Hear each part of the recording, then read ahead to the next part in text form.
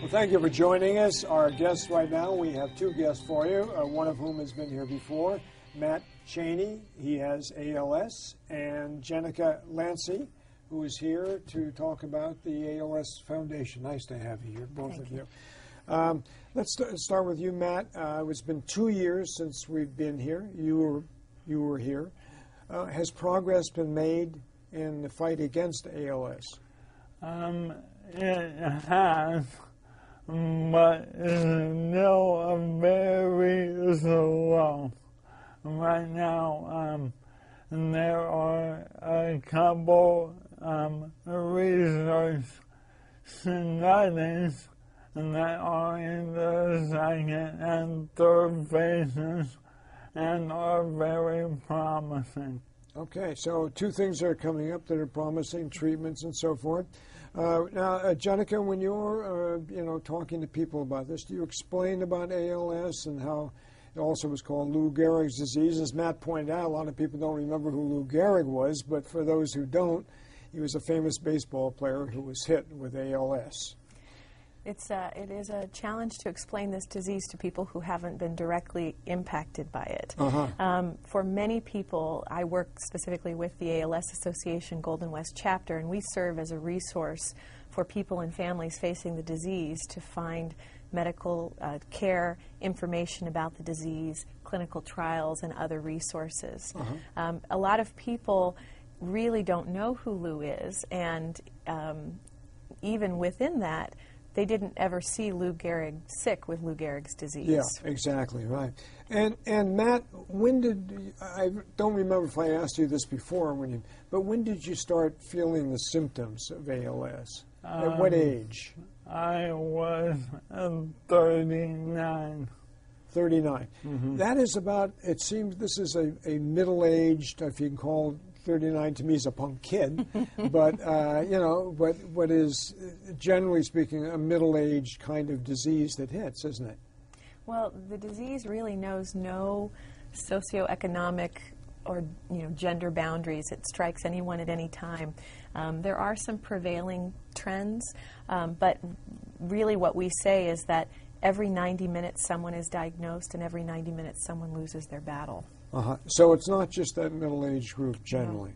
No. Do younger people? Yes. 19, teenagers, really? A year ago, I met two young men, one 19, one 21. Most have been diagnosed. Okay, so that's right in the prime of life. I mean, the young people like that. Matt is really a really special case in many ways, but most people who are diagnosed live about 2 to 5 years from the time they're diagnosed. Okay, and Jenica, give me a little background on the kind of research that's being done. Well, especially here in California, there's an incredible amount of research being done on ALS, the causes, genetically, potentially environmental exposure, concerns as well. Environmental exposures, really? So the point is that this is a really great time in terms of the research happening, but there's research happening nationwide, and the association is at the forefront among other organizations helping to make that happen as quickly as possible. Okay. I'm sorry. No, I'm just going to ask you, is it research that's aimed at a cure or at early detection, that combination of those things? We're just about out of time for this segment. All of the above. All of the above, huh? Yeah, okay. All right, well, you're going to come back and we'll talk a little bit more about this. All right. Matt Chaney is our guest, and he does have ALS. Jenica Lancy is with the ALS Foundation. Thank you very much for joining us.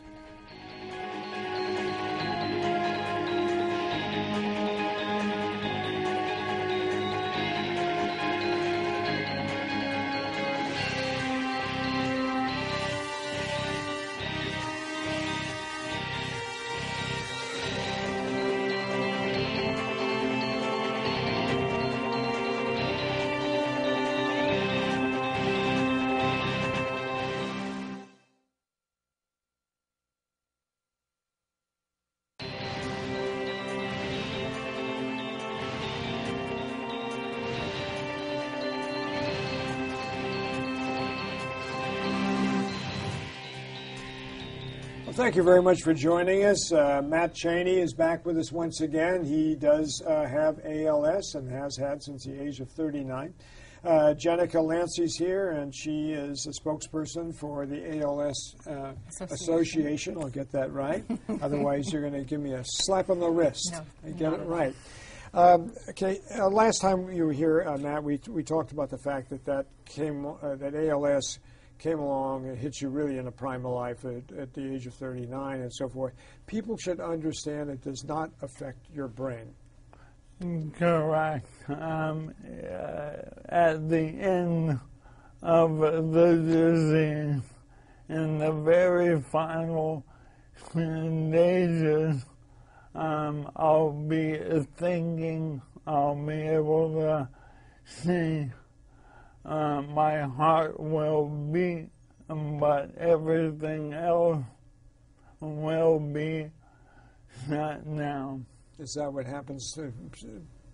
Bit by bit, your body shuts down. Is that it? Correct. Correct. Okay. But people are aware of what's happening to them. Yeah, yeah. But you know, it's important that people understand that, you know, that although you have difficulty with speaking and so forth, that you're a perfectly intelligent, observant, and handsome young man, you know, on top of all that stuff, you know. Okay, now we talked a little bit about the disease itself in the last time you were here in the last segment, but let's talk about the event that's coming up, all right? It's in Napa. Yes. And it's a bicycle ride, is that it? It's the Ride to Defeat ALS in Can you ride tricycles or just bicycles? Well, I ride a tricycle, three-wheel recumbent. Yeah. No, they are allowed. Okay, I loved my tricycle. I'd love to enter it.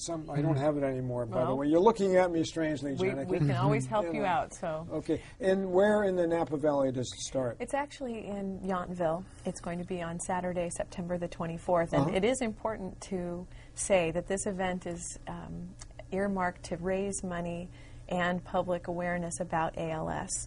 And the funds that are raised contribute to research, patient care support, and advocacy for people living with the disease. Matt is a person who is a participant of this ride and usually is a person to keep your eye on as it relates to the ride itself. So he's a great example of someone who, even though he's been living with the disease, he still is quite an athlete and participates in the event. Yeah. And good for you, Matt, on that, you know. As a matter of fact, I was in Yountville about 2-3 days ago. It's a beautiful place. And where in Yountville, I mean, it's not that tiny. Where in Yountville is it starting? At a winery? Or? It's actually starting at the Veterans Home. Oh, the Veterans Home, When people visit our website, the specifics will be there. But the Veterans Home is a very beautiful location for the ride to start and end, and very appropriate with ALS, because a higher percentage of people who have served in the military are at risk for being diagnosed. I've actually read that somewhere, and I forget where it was, but I've heard that. How long is the ride? Depends on the length of the route, but it will be starting bright and early in the morning. And there's also a walk available as well for people who don't think that they necessarily fill up to a ride. Yeah, yeah. Matt can give you more specifics about the routes themselves.